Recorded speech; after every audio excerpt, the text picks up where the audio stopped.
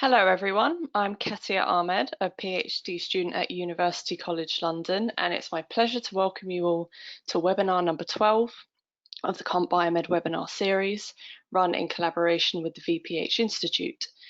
CompBioMed is an international centre of excellence dedicated to the advancement of in silico medicine, working towards the full realisation of the virtual physiological human. So today's talk is aimed at providing you with a gentle introduction to deep learning techniques for those of you that may be non-specialists in machine learning methods but are interested in developing these skills. The talk will be delivered by our speaker, Dr. Juan Durillo Barrioneuvo, who currently works as a scientist at the Leibniz Supercomputing Centre of the Bavarian Academy of Sciences and Humanities, which is based in Munich. His main areas of interest include multi-criteria optimization, GPU computing, neural architecture search, and automatic tuning of scientific applications.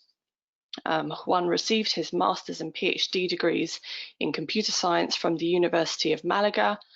He then went on to work as an assistant professor at the University of Innsbruck in Austria from 2011 up until 2017, where he researched the intersection between artificial intelligence and software generation.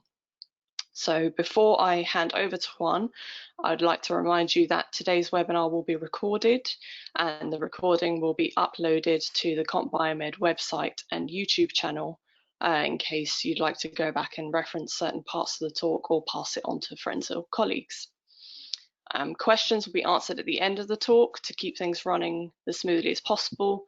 So if you have any questions, please write them in the question box, which you'll find in the GoToWebinar control panel, and I'll read them out to Juan at the end. So I think that's it from me. I hope you all enjoy the talk. Thanks very much, and over to Juan. Thank you very much, Katia. And hi, everyone, and welcome to the seminar today. As Katia has mentioned, I'll do a brief introduction to deep learning. And what I'm going to try to do is to cover as many topics as I think as a practitioner or newcomer to this field, you will need to know in order to look ahead in case you want to apply deep learning in the future. Obviously, after an hour, you will hardly become an expert on deep learning, but I hope you can grasp at the main topics and somehow get interested in the field and try to see if you can apply it to your research or your problem. I'm moving down directly to the agenda of today. What I have for you today is an introduction where I'm going to be touching different topics, artificial intelligence, machine learning, and I'm going to try to contextualize everything. I'm going to give you then later an introduction to neural networks, and in particular deep neural network, which are the topic that we have for today. I have chosen an example to try to make the thing simple, and this example comes from the field of computer vision. In the field of computer vision and deep learning, I have chosen also convolutional neural networks as a topic you should probably start looking as your first introduction in this field of deep learning. And based on convolutional neural networks, later on, at the end of this talk, I'm going to be talking about deep neural network architectures and about a technique you could apply in case you don't have enough data. At the end of the seminar or my talk, I'm going to devote probably 5 to 10 minutes to what I have called a hands-on session, but obviously I'm not going to be asking you in an hour to implement or to write any code. I will simply go through a code that I have already prepared somehow to demystify the complexity of this kind of topics. So you will see that it's actually very easy to work with deep learning and create an architecture from scratch that can solve a problem with a few lines of code. I move then now to the introduction, and I want to start by setting the background where we should contextualize deep learning. I have titled this slide Artificial plus Intelligent. And obviously I'm going to be starting to define what I understand, or what many people understand what intelligent is. And intelligent is the ability to achieve some complex goals. If we have this in mind, we can later on say that learning is the ability to solve every time more and more complex goals. Artificial intelligence, it's a field that focus on using computers to do things or to solve those complex challenges that requires or are required to suppose some kind of human level intelligence. And this is not a new field. It's becoming popular today, or it's more popular than it was before, but it's a field that dates back in the 50s. Back then, back in the day, what the people were doing with artificial intelligence was quite different to what the people is doing nowadays. In the 50s, what the people were trying to do, or what they mainly do, is to focus on solving some games, for example, chess or tic-tac. And what they did is to try to include this intelligence on kind of the computer, on some programs, by means of including rules or a program indicating the behavior of the computer. The behavior the computer has to apply regarding or depending on the context where it is. Obviously, this approach was working, but it was limited. It was limited because it requires to have an expert on the domain of the problem you're trying to solve in order to actually be able to codify those rules. And you are somehow bounded by the expertise of that person who is putting the rules there. Machine learning, it's an approach within artificial intelligence which is completely different. We are moving from this classical artificial intelligence where there was this set of rules to try to construct models out of observed data. So basically, you try to see, you try to learn patterns that you find in the data. And this usually relies on having some features extracted from the data. These features might be as simple as, for example, determining backs of words out of a text, or determining, for example, the count of different words in a text. As a classical example here, we have, for example, a spam filter. You might have a lot of data or a lot of mails which you can classify as spam or not being spam. And a machine learning method will simply try to learn both based on those features you have extracted, whether a mail is spam or not. Obviously, within this machine learning area, we can talk about different techniques, like, for example, basic linear regression, a support vector machine, some Bayesian optimization, random forest, and even small neural networks falls here. But what is important here regarding, or different from the classical artificial intelligence, is that we are moving from this rule-based approach to an approach in which the main feature or the main contribution of a person here is to extract the features out of which the learning is possible.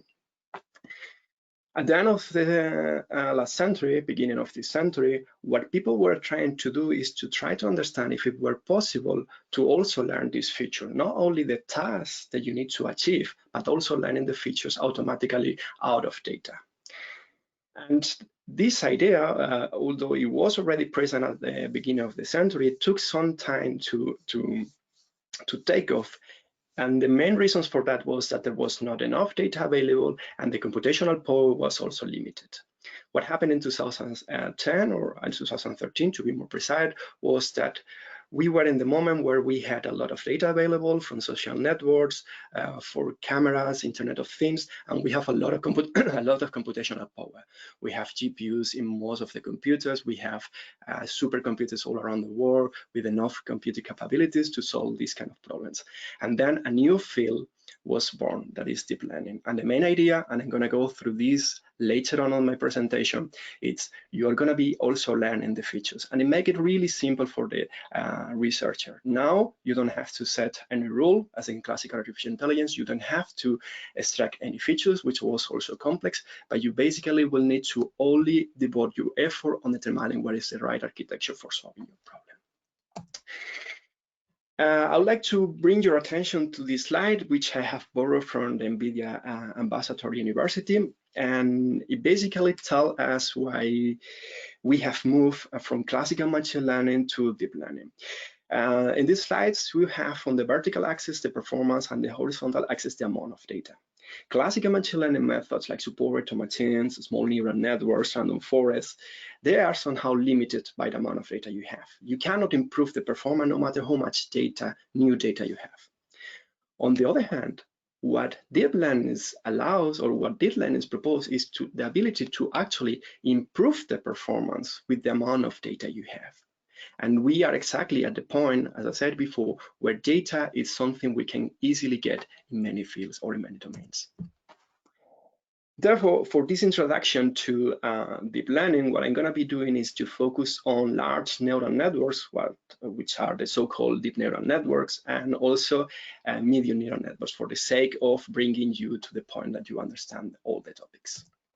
As to understand, to start with neural networks, probably the best is to start with artificial neurons, because at the end of the day, neural networks are composed of artificial neurons, or also called perceptron. A single neuron, it's a very, very, very easy concept. The idea is you have a set of inputs, and what you're going to be doing is a linear combination of those inputs. This linear combination of those inputs, you're going to be passing into another function, which is called activation.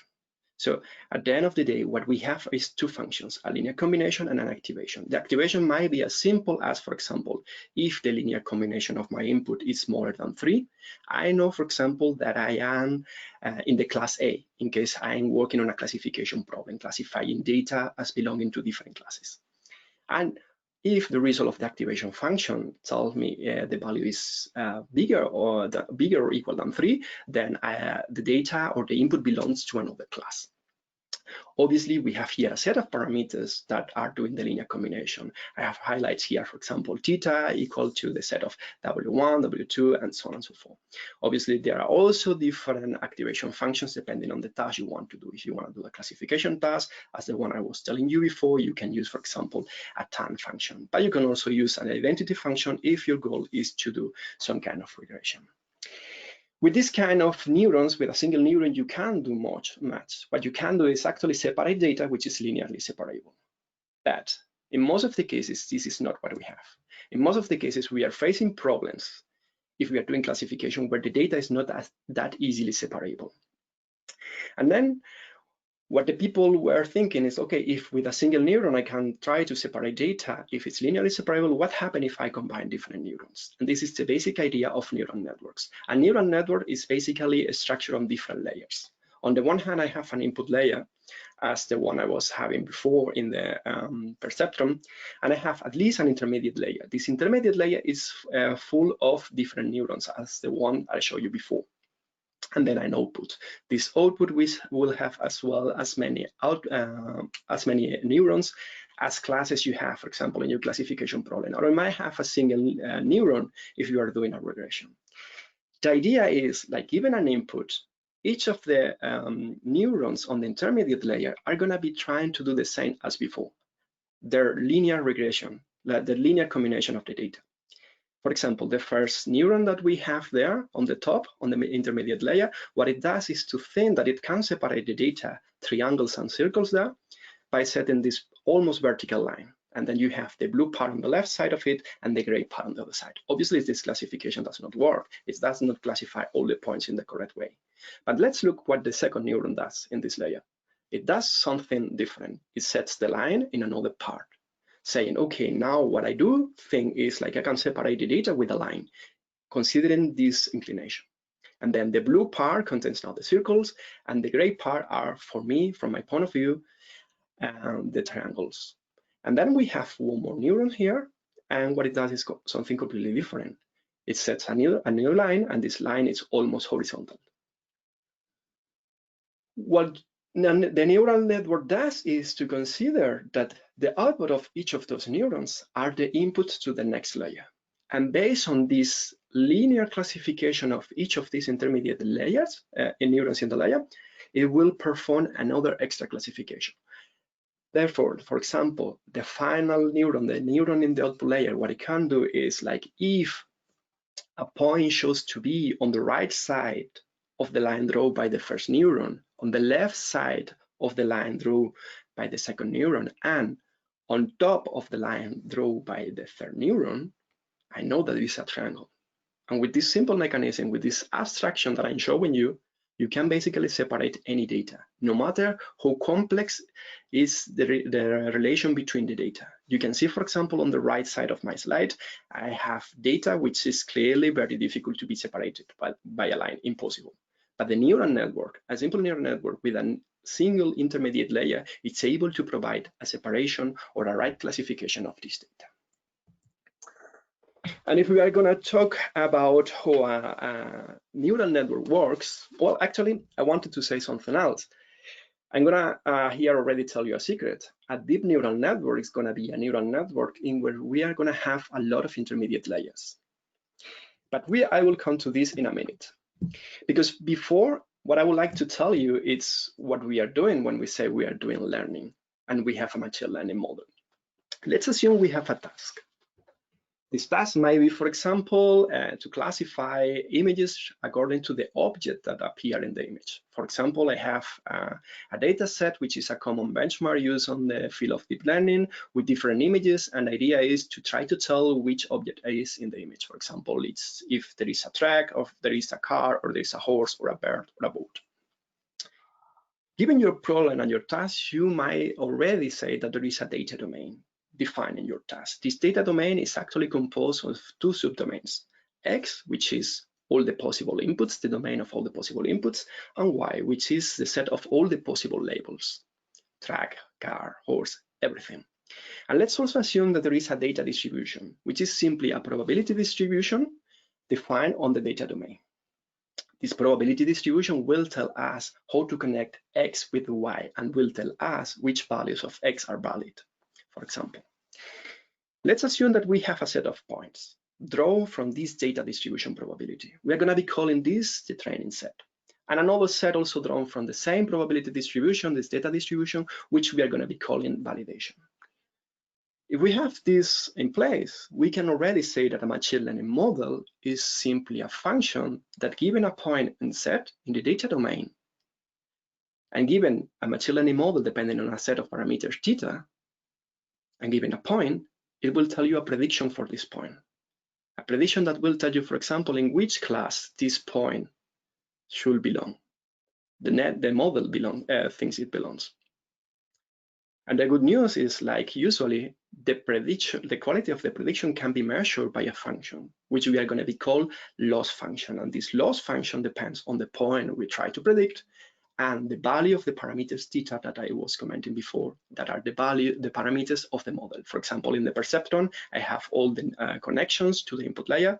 In the neural network, all the parameters are all the connections between each of the neurons and the neurons in the next layer, and so on and so forth. Obviously, if we have this, what we could say is that given the set of parameters, we can define the expected loss of given this a set of value for those parameters as the average on the data distribution of all the points. However, the problem that we usually face is that we don't have the data distribution probability. All we have is the two sets that I have mentioned before. What we're going to be doing is then to define learning as the task of finding the value of the parameters theta that achieve the lower possible value of the loss function, while we are given access to all the endpoints of the data distribution, which is actually the training set. And finding the value of those parameters is what we call actually training. Usually, while the training tries to minimize the loss function, we also use a proxy function to describe the behavior of a model or a machine learning model, which is easier to understand by human beings. Like, for example, the accuracy. If we have a classification problem, the accuracy is simply how many times an object has been predicted to be of the right class and how many times it has been predicted to be wrong. The predicted class is wrong.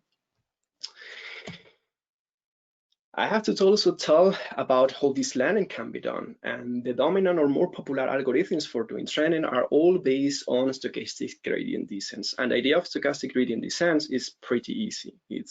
You assume to have given a value for all the parameters of the machine learning model you have, or for example, if we have a deep neural network, we have a value for all the parameters of all the connections.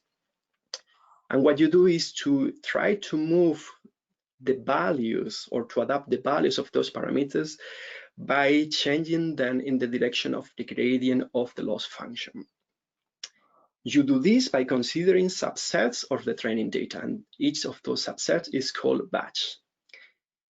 Once you have gone once over all the training data, you are considered to have done an epoch of training. And training a neural network with a stochastic gradient descent algorithm is simply performing different epochs.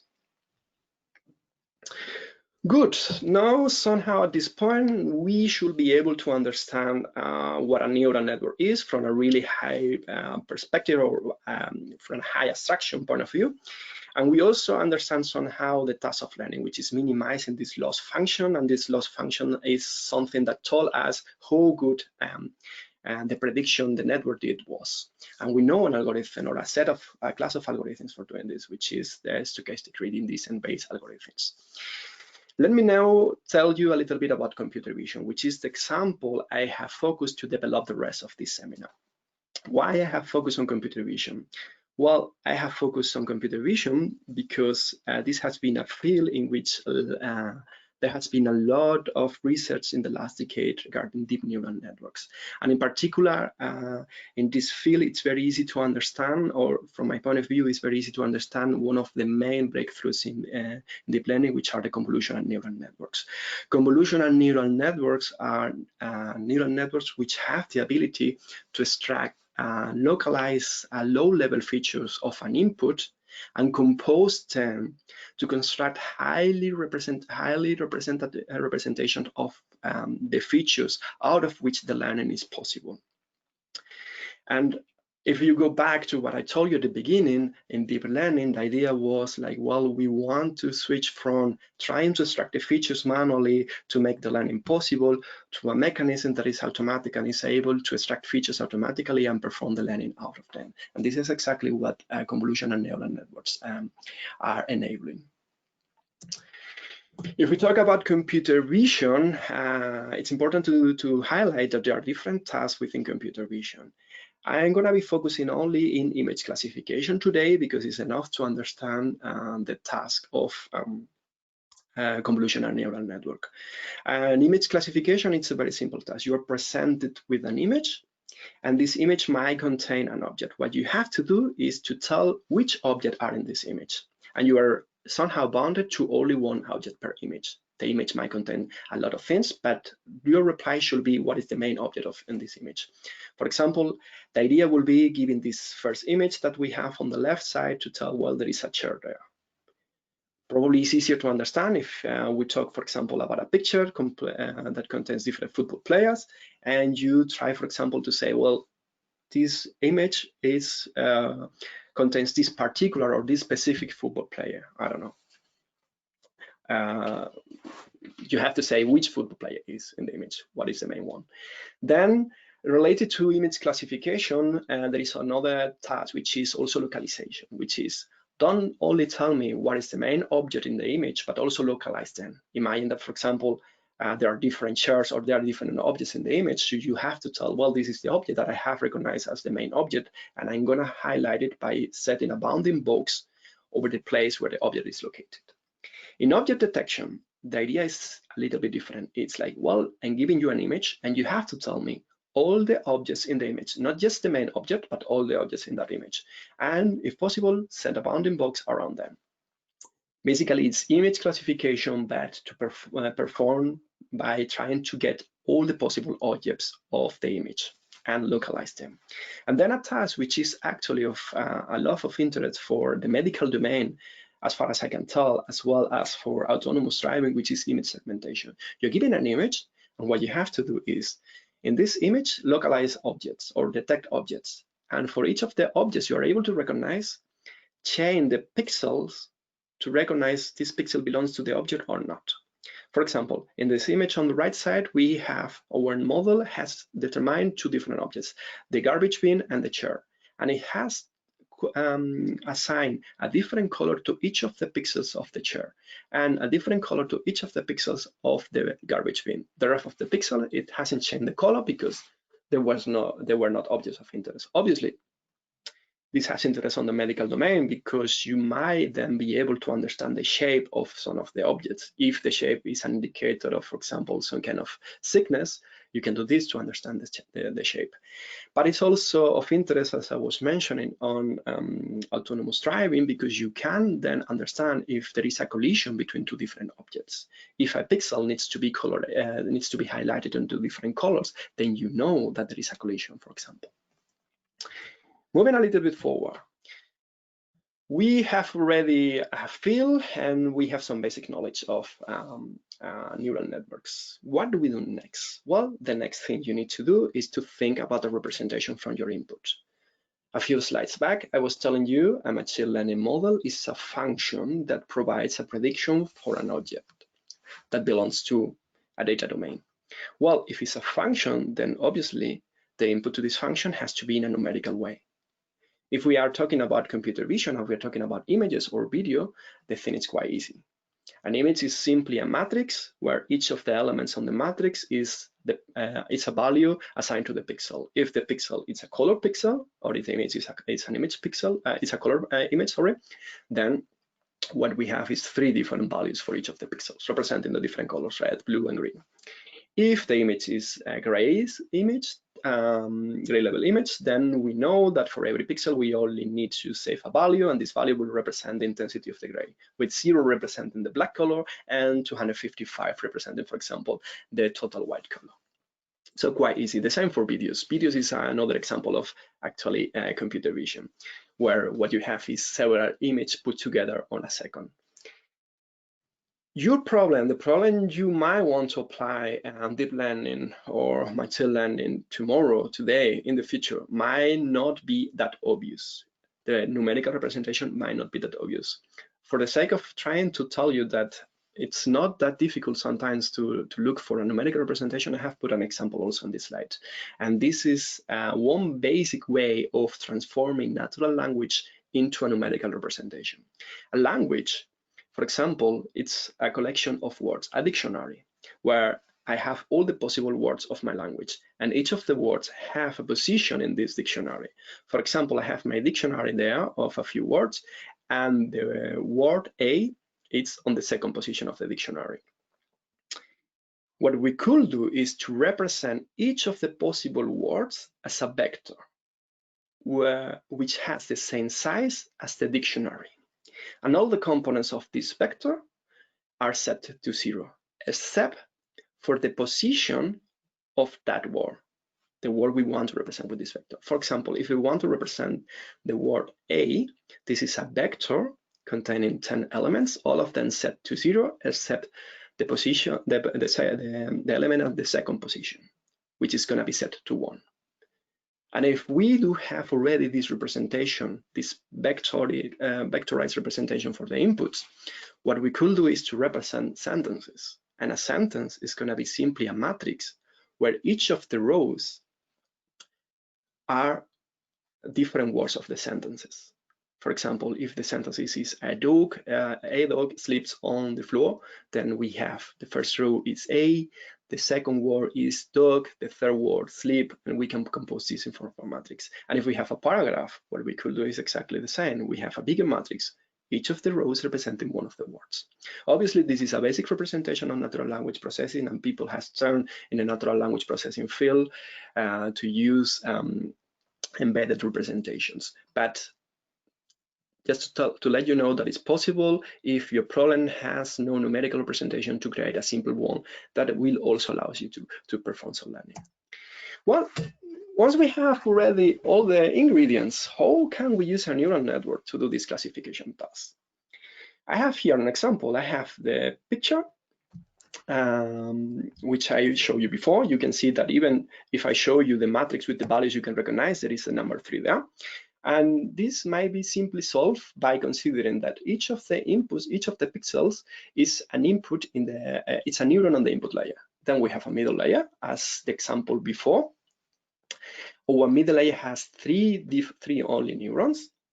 And then we have the final layer. The final layer, as we have 10 numbers from 0 to 9, will have 10 neurons. And then my goal is, like, if I present the image containing the 3, that only the 4th neuron, the one representing number 3, will provide the value 1, and the rest the value 0. And if after presenting the image 3, I get something different, what I will do is to modify the weights to try to compensate for the differences and to try to go in the direction in which the loss gets minimized. In other words, I will try to go in the direction that the next time I present this image with the 3 on it, only the 4th neuron will have the value 1 and the rest are set to 0.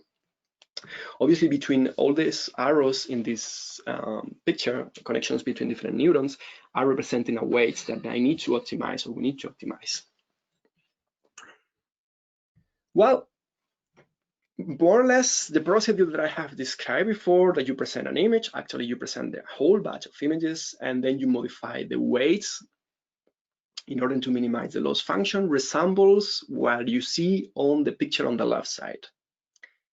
So you have a really nice surface where you simply start modifying the weights, the value of the parameters of the model until you arrive to the minimum possible loss. This is the main idea, and this is what you should keep in your head. The reality, however, is what the second picture is showing. The surface of the loss function, if we plot them versus different parameters, does not look that nice. It actually looks a bit chaotic. And you might understand that in that picture, if you are located in some areas, you will easily go trap into a local minimum and will not go to optimize the global optimum of that function or the loss function. We will see later that it's possible to try to overcome these kind of problems by playing a little bit with the architecture of the network. In addition, and I'm going to use this to try to go into convolutional neural networks, the kind of neural networks that I have described before are not very suitable for recognizing images. Imagine that what I do is to shift the 3 to the left. Now what I have done is to actually change the positions of the pixels. Now the pixels that before were connecting to some of the input neurons are connected to different neurons. If I have trained my network to recognize the 3, training the network and understanding that for the input at the position of 42, it has to be a 255 to be a 3. Now I have shifted everything, and that position 42 is connected to a different neuron. What can happen now is that I present this shifted 3, the one that I have on the bottom side of the left, and then the network will tell me, well, what you have now, it's a 5, or if it's an 8 in the best case, or it might tell me it's a 1, but definitely does not need to tell me it's a 3 because I have changed now the connections. And this is the main problem of this kind of network, the fully connected neural networks. And this is something that we don't want to do. Well, actually, what would be really cool to do is if we could do something like I'm trying to describe in the following image.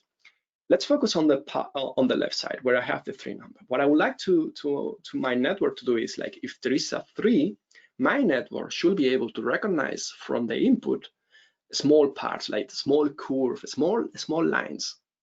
Based on those lines, another layer on my neural network should be able to understand out of these new features, these new lines and so on, that actually I have part of a 3, like for example the bottom up of a 3, the upper part of a 3, the bottom part of a 3, or the middle part of a 3. And if I have the 3 parts, obviously that has to be a 3, and it does not need to, it probably won't be a 5 or an 8 if I combine them together. Probably easier if I go to the next image. Let's try to see, I want to recognize people on images. Obviously, I have to go to low-level features, which are small lines defining objects. With those small lines, I can combine them and create eyes, I can create nose, a mouth, I can create the ears. And I can combine the already created ears, eyes, mouth, all the components of your face in order to create faces. So I want to automatically, from low-level features, go to upper-level features. So what I need is to actually be able to recognize features on an image. And how do I do this? How can I tell, well, this part of the image, this input has that particular feature? And for doing this, we need to go to what is called convolution, which I have titled Learning Features from Data. The convolution operator is very, very easy. Let's imagine that we have an input image, like the one that I have before, the 3. And we have a filter. A filter is a small matrix that I'm going to be using for recognizing or for highlighting those parts of the input image that have high probability of having the feature I'm looking for. Basically, the filter encodes the property I'm looking for. What I do is to put or to overlap the filter with each of the elements or which is each of the pixels of the input image. For example, if I focus on the element on the position 1, 1, starting from 0 on the rows and the columns, what I do is to have something like overpositioning the filter over the first corner of the matrix of the input image. And what I do is the convolution operation. The convolution will simply consist on multiplying each of the elements of the filter with the element in which is overpositioned, and then adding all the results of the multiplications. For example, if I focus on the element highlighted in blue, then which I call receptive field, I will get the convoluted operator that I'm describing there with the filter, and I can already create an element on what I'm going to be called the convoluted image, and this element is 4. This 4 will somehow represent how strength, how large is the probability that the feature I'm looking for is located there. And what I do is to actually convolute the filter with each of the pixels of the matrix, and the resulting image is what I call convoluted image. So basically, the only thing that I need is to look for those filters that tell me whether this feature I'm looking for is presenting on the image or not. And understanding filters is actually not very difficult. I have here an example where I have an image of the London skyline, and a simple filter to determine whether there is a vertical line or not, whether it's a vertical, whether a pixel belongs to a vertical line, can be defined as the 3 filters that I have there. Convoluting those filters with the input image you have on the left side give you the image you have on the right side. Obviously, this image has also some part which are not completely vertical image, and this is a consequence of the way I have defined the filters. It's just for the sake of an example, but what you could see is that the horizontal lines have been removed, and only those part of the image that looks to be on a vertical line are maintained. And if we combine all these things together, we can arrive to the point where we can define what a convolutional neural network is. A convolutional neural network is going to be, as before, defined by an input layer that receives the input of your program. And what we do is to actually, using different filters as the one before, transforming this image into different convoluted images that in the field of deep learning are called feature maps. And these feature maps are going to be gone through different layers of filters, trying to extract more and more features. And at the end, what you will do is the final output of this convolutional layer, you're going to be passed on to a neural network as the one we saw before, where all the neurons are connected to each of all the neurons. And this is going to be doing the classification task. In the convolutional layer, it's also important to understand another operation, which is called pooling. The pooling is defined as what I'm showing you there. I have a matrix 4 times 4, and the pooling operation, what it does is to summarize this matrix 4 times 4 into a matrix 2 times 2.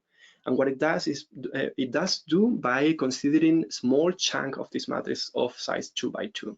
And this operation is simply allowing us to recognize features on the input independently of the position where they appear. We don't have to have the 3 as in the example before in the exact position. We can have it shifted to the left because this pooling layer will allow us to recognize the 3 no matter what it is, because we will recognize the features, and to also reduce the computational power on demands for training this network. And this is basically the difference between classical machine learning or neural networks and deep learning. The features are now extracted by a convolutional layer and passed onto the mapping network, which is a neural network in our case, or it might be something else, depending on the task we're doing. And this convolutional neural network has shown to have the ability to outperform humans in many tasks, but it comes obviously at a price. High computational cost, which somehow is bound by the architecture of the network that we define or choose, and significant volume of data. You need a lot of data for training them, and this data might not always be available. What we could recognize in all the convolutional and neural network architectures is a common pattern, which is the one I described before. You have a part with the convolutional layers, convolution, the filters plus the pooling operation, which is doing the feature extraction, and a part which is doing the classification. And for training this network, you will need a lot to perform a lot of floating point operations. And as I said, this floating point operation, this count, depends on the architecture. Well, I'm talking a lot about architecture, but what is actually an architecture? Well, an architecture is simply to determine how many layers you have, for example, on the convolutional layers, how many convolution, how many filters, of which size. In the example that I show you for the lambda pictures, you have I have shown you 3 different filters, one which is a vector, one that was 3 times 3, and one that was 5 times 5. So determining all those numbers, all those parameters, is actually what it will give you different layers and how many pooling layers you have, for example.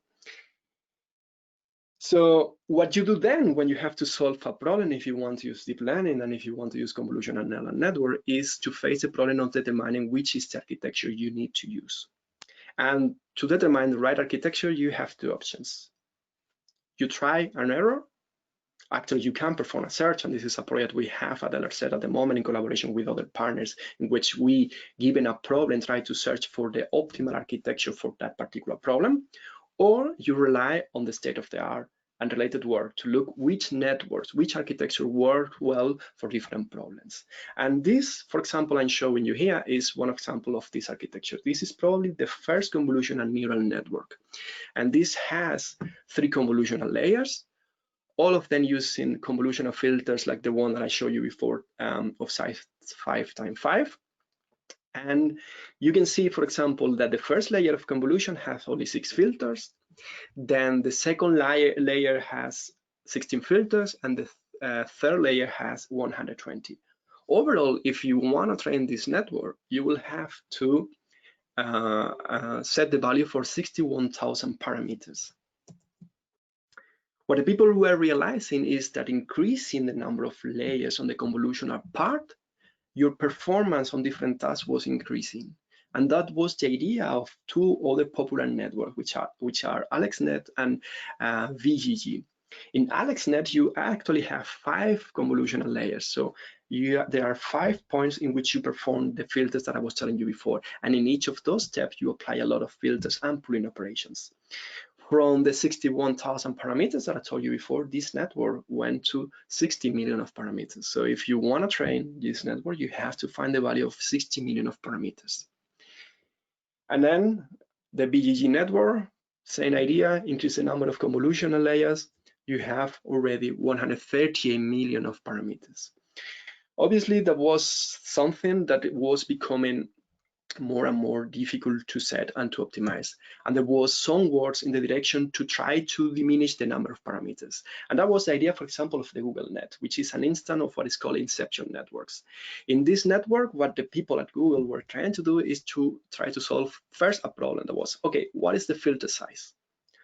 People at Google decided to use a layer that is called inception, in which they try different filter sizes.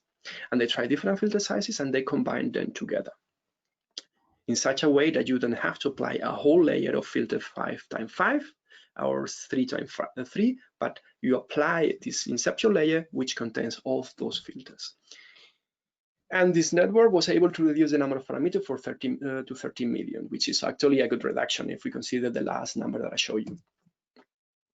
And another idea, also playing with architecture, was ResNet. What I was describing until now, it's one layer connected to the next convolutional layer, connected to pool layer or to the next convolutional layer. But this has a problem that if you increase the number of layers, and if you consider the algorithm that I more or less described for training a network, what happened is that when you go to the first layer using this kind of back-propagated information, the first layer gets probably no information at all, or not usable information. And the ResNet, what it does is actually connect one layer to the next, and also to a couple of layers beyond that one. And with this simple trick, they were actually able to transform the surface of the loss function that I showed you before. I told you, well, it looks as complicated as this into something also simpler.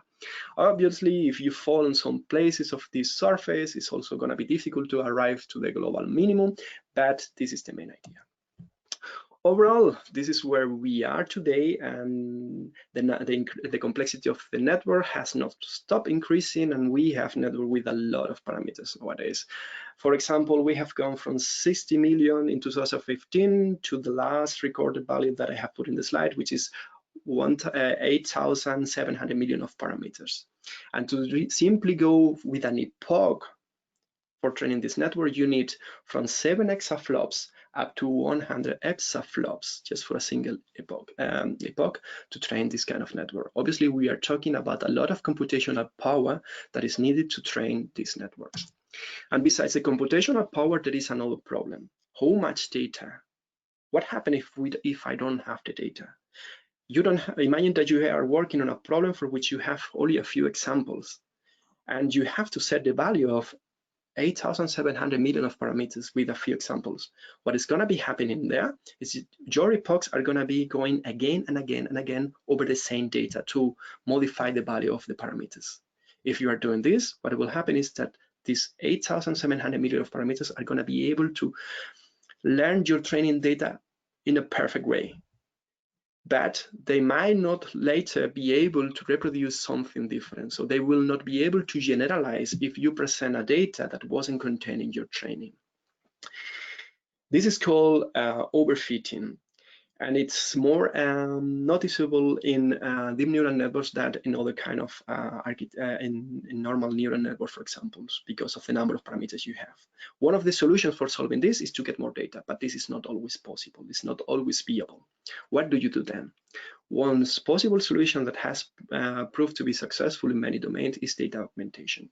The idea will be, well, you don't have the data, but you can simulate the data. You have to understand that the simulated data has to come from the same data distribution that I was mentioning before. This data distribution that will tell you which inputs are possible and how are they connected with the labels. An example is, for example, shown there, where we have a butterfly, and this is the original image. And out of this image, I can already create some extra data, some artificial data. Like, for example, removing the texture from the butterfly, or it's actually not a butterfly. I think it's a fly. So removing the texture, or removing the color, or enhancing the edge, or simply getting the contour. And then the obvious things like rotating the object so it appears in different position. And probably this is better understood if we focus on the image that I have on the top with the 6, where you rotate the 6 on different positions. And this is basically what people has shown to be a good technique if you don't have enough data for training it. Well, I have tried to cover a lot. Somehow, for some of you, this will look like black magic. Well, you have a neural network with a lot of parameters. Well, how do I actually do this? It's going to be very difficult to create a program for doing this. And I want to somehow tell you that it's not that difficult. And I have, I have an example for you, which is a small code, a hands-on example. So you can see it's actually not difficult at all. So in this example that I have for you, we are going to be, or I'm going to be implementing from scratch one of the architectures that I was mentioning in my presentation, which is the LeNet architecture. And the architecture is the one that you could see at the moment here in the picture, where we have different layers of convolutions, and we have poolings. We have at the end the output layers that should be able to predict what is in the image. And the data set I'm going to be using is the MNIST, which is a data set containing images of size 28 by 28 with numbers on it. I'm going to be using Keras and TensorFlow for doing this. So basically, the task is very simple, and you can see that the code of Keras is very easy, or the Python code is very easy to be understood. For example, you can see there that I'm importing already convolution operations, polling operations. These tens actually represent the neural network I was telling you before. I'm going to be getting the training data for doing this. So it's the MNIST.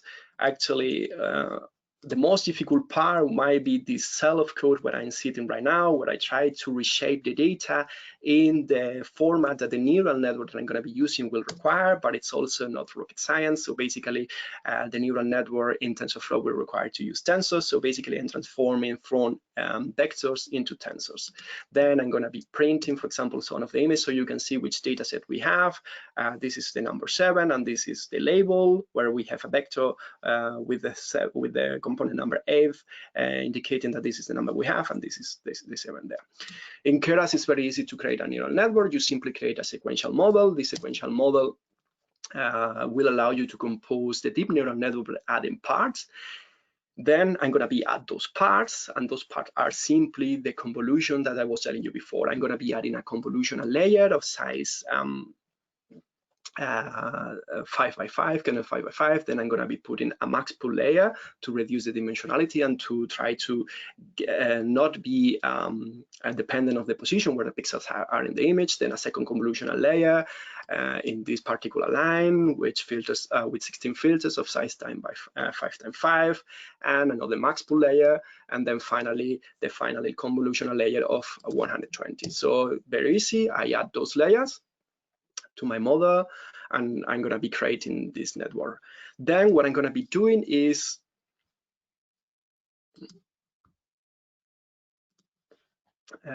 this cell has moved to a different position. It has to be there. Then when I'm going to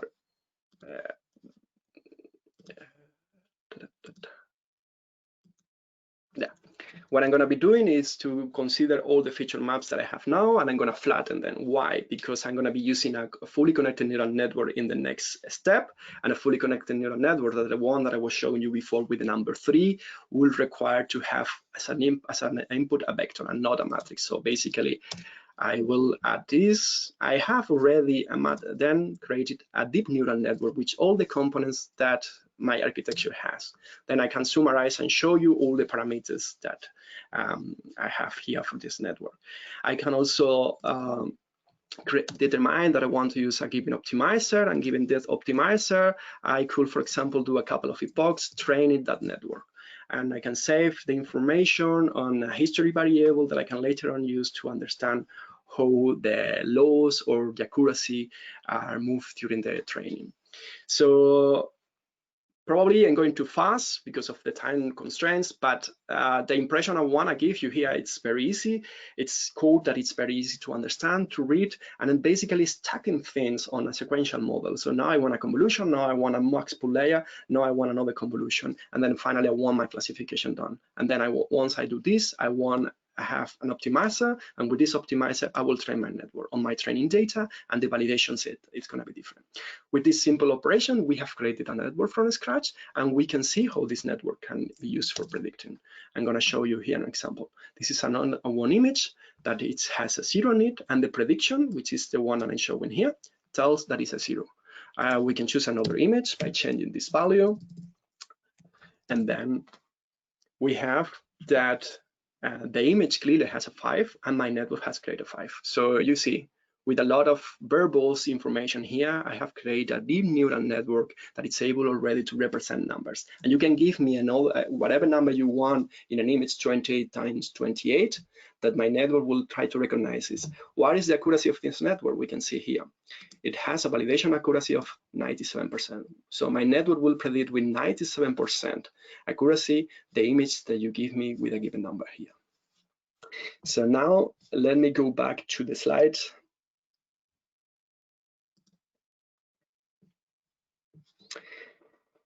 Yeah, the hands-on session was quite fast because the time constraints, but I can share the code if you want with any of you, and you can play around with it. It's very easy. It's a Jupyter notebook you can run on your computer or on any platform, like I was doing here for the sake of speeding up things. And with this, I go to the summary of my talk. I have tried to give a brief and probably quick introduction to deep learning with emphasis on deep convolutional neural networks.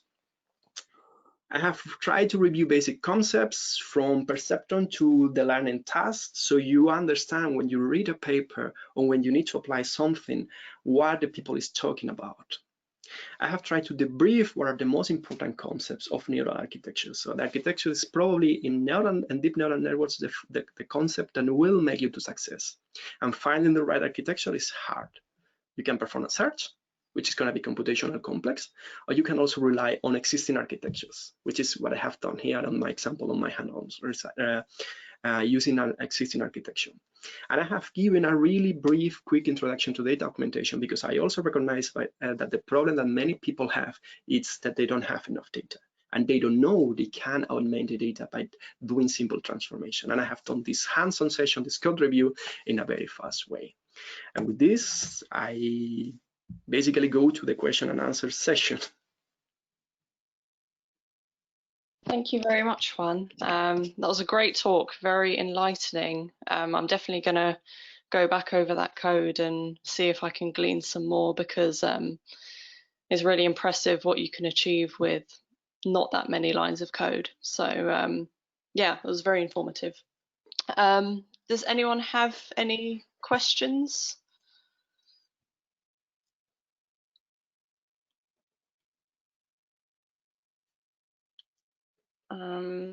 People might be typing, but in the meantime, I have a question.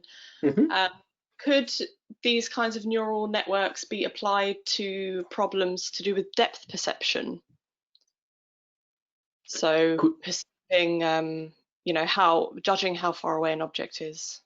Yes, I think you could do it, but you will need to then have data already labeled indicating what is the distance between an object and another one, because this, what I have been talking today, it's based on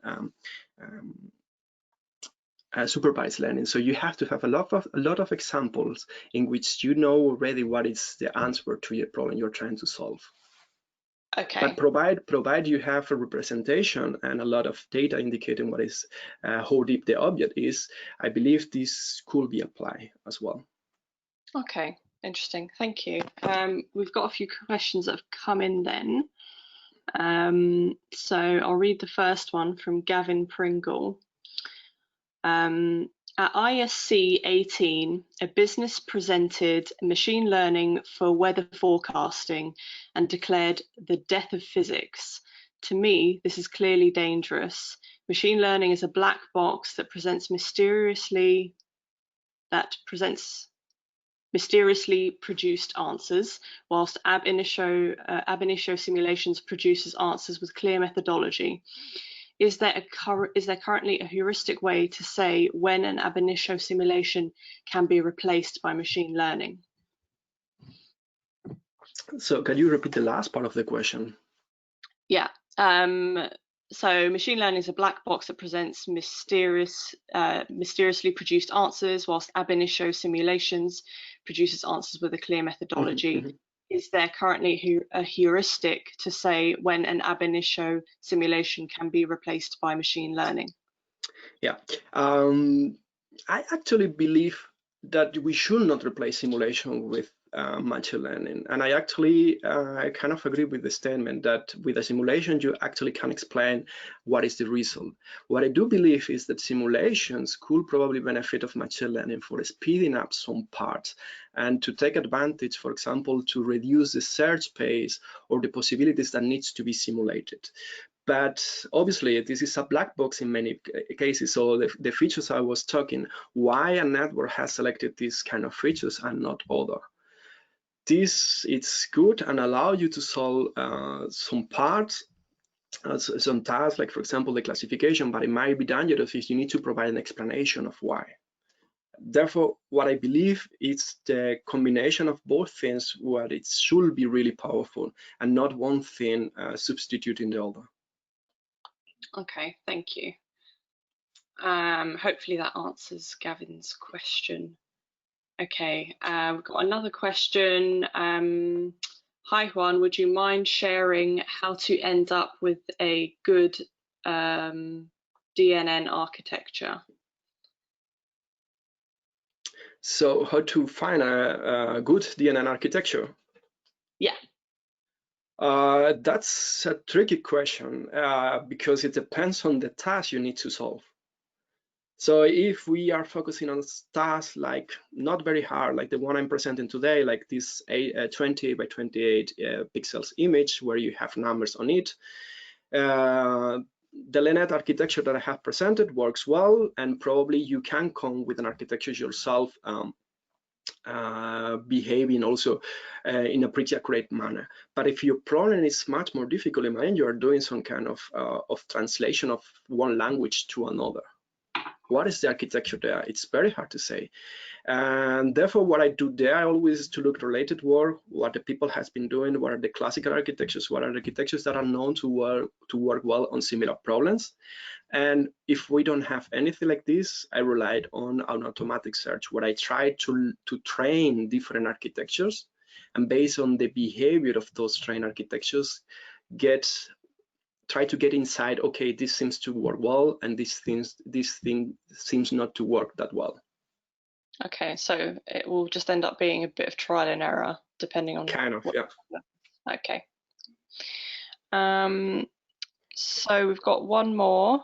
How important is it to resize all images of different objects at the same size for training and classification? For example, detecting the high chair, upright rectangle, and the bin, square shape. Very important indeed. If you remember the slide where I was showing this fully connected neural network for recognizing the number 3, what we do have there is a fixed architecture or a fixed structure. So this neural network is expecting to have images of the same size. If you present an image that is of a different size, there will be neurons that are not receiving any connection, or will simply you will simply find that it's like you expect a vector of length 10, but then you give me only 8, so I will have missing values. So you have to have everything on the same size, and one of the main reasons for that is also the architecture is fixed. Right, I see. Okay.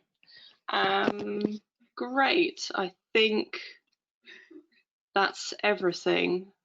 Apparently the audio died. I don't know, maybe if people want to write in the chat box if they heard the answers to those questions, if they can hear me now, maybe. I can hear you as well, at least.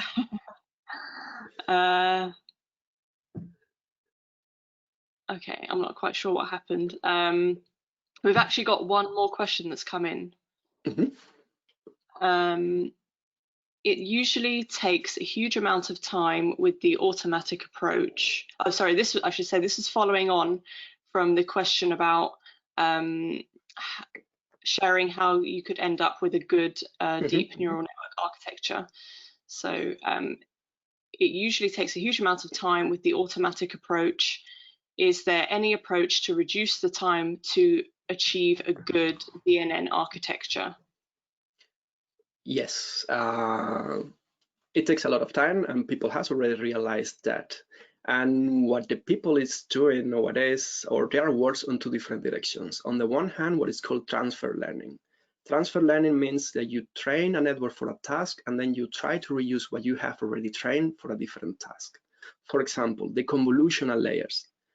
And then what we are recognizing in the first layers are small lines, and these lines may appear not only on faces but also in other objects like cars, like planes, like computers.